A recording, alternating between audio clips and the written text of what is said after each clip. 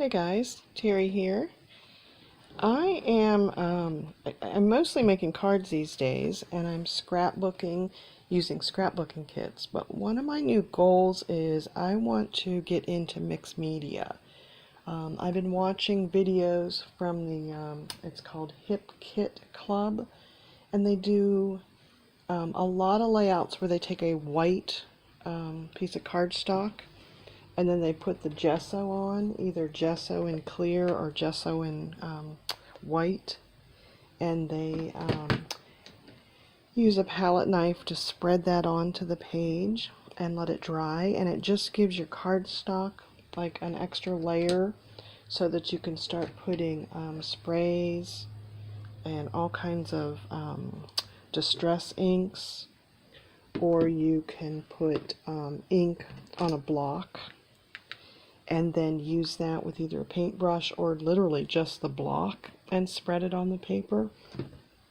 Just a lot of different ways to get color on the paper.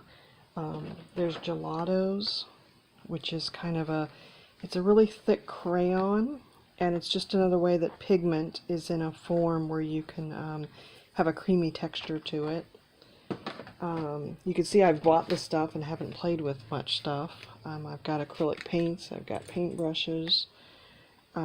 This is the Ranger Tim Holtz distress crayons, very similar to the gelatos. I've got the distress oxide inks. Excuse me. These are nice because they oxidize. So you can put them down on your paper and then use a little water, spritz some water on, let it absorb for a minute, and then take a paper towel and blot up that, and you just get a really nice texture with those. I don't know if you've seen the Color Burst from Ken Oliver. Same thing, it's just a concentrated pigment, it's dry. You put a little hole in the cap and you sprinkle it on. Just another way, you can see on the background there, you just kind of get it's just another way to get color on there. This is a good variety pack. He's got a lot of different sets with a variety of colors in them. Paints, watercolor pencils. When you do have a thicker texture to things, you do need a substantial glue to hold stuff down onto that gesso and the other products that you have on there, so use a good glue. When you're working on a surface, you don't want to get the color onto your table or your mat, so it's a good idea to have a one of these mats that it's almost like a piece of plastic so that it doesn't absorb into your table. I also keep a towel around for blotting up any runaway water spills or too much ink or water.